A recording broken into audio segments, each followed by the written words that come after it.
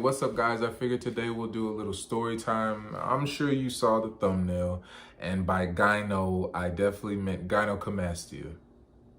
Probably wondering what that is. A few of you know, a few of you don't know, so let me educate you. Gynecomastia is a thing that a lot of males have. Some males have it and don't know that they have it.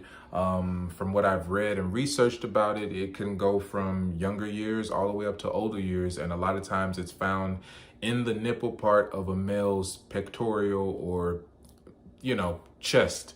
And basically it's at the front of the nipple part, and they tell you how to test it to see if, you feel lumps or hardness, which means that's the mass of the gynecomastia. So for me, my story goes a little like this. So around 16 years of age, I knew that my chest was kind of weird looking.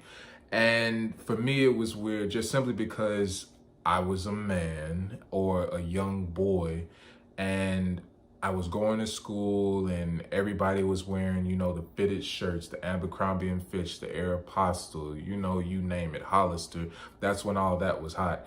And I remember I wanted to wear it and I couldn't, because when I put the shirt on, well, you can imagine it looked very female-like.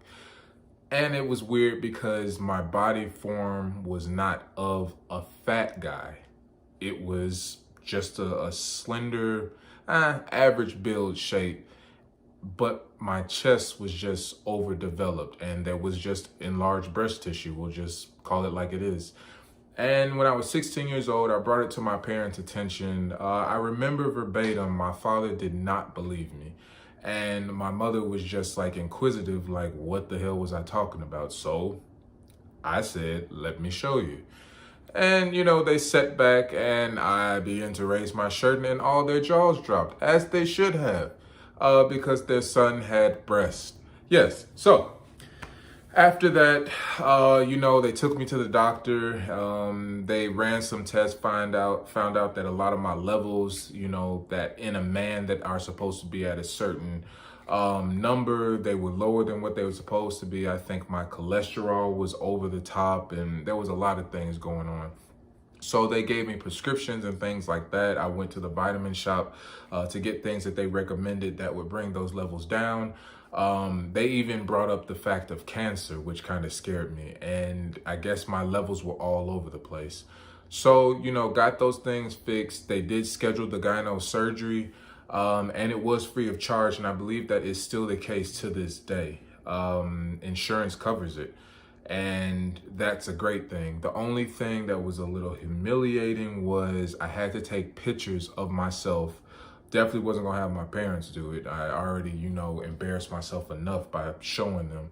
But I had to take pictures myself and submit them to the doctor's office so they could then send them to the insurance company, showing the insurance company that, hey, this guy's got titties and we need to take them off. So they did that, and we scheduled the surgery. Long story short, they did the surgery, had the drainage pumps that I had to wear, everything, the little bandage shape. But before all of that, that was just a sped up version.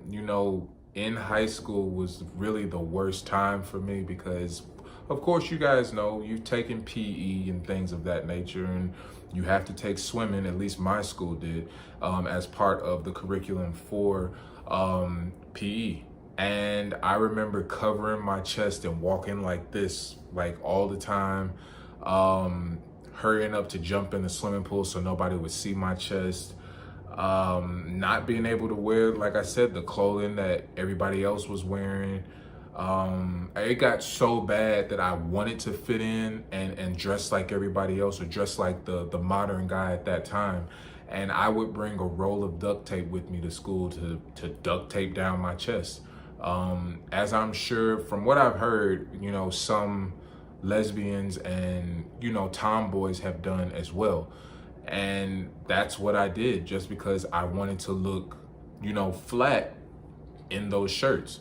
And I would carry the duct tape around with me. It would be in my car, it would be in my book bag, at home, everywhere I went. And you know, when it got hot and it started to slide, I would have to, you know, go in the bathroom and redo it. And this is a true story, no lie. You know, me and my friends laugh about it now, but I mean, real deal, like that's what really happened.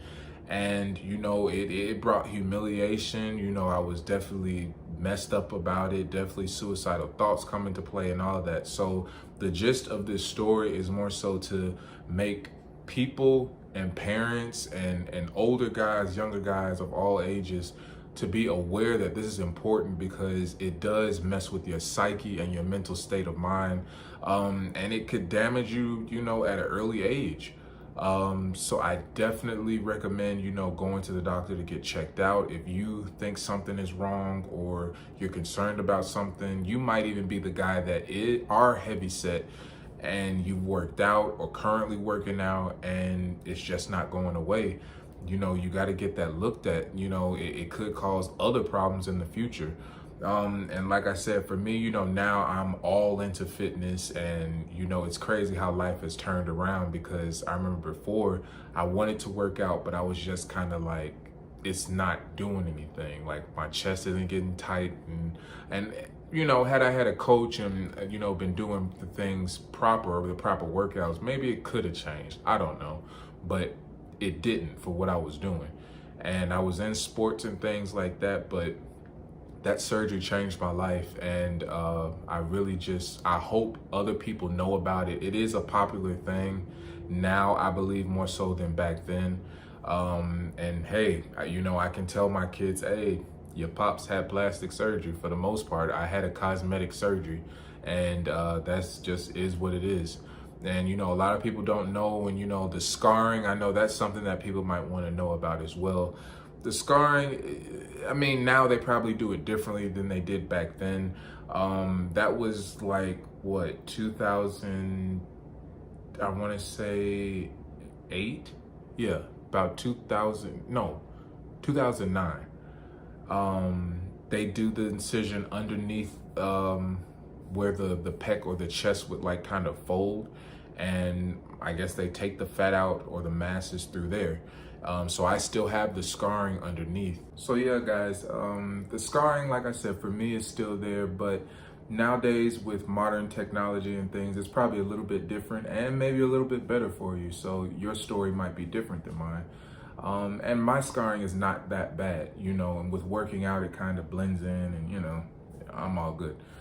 But that is my story, guys. I thank you for tuning in to this video, and I hope next time you tune into my next video, we'll get into a lot more things, and I hope I can help you out, and maybe you'll help me learn some things. So don't forget to like, comment, and subscribe, and I'll see you guys on the next video. Thanks for watching.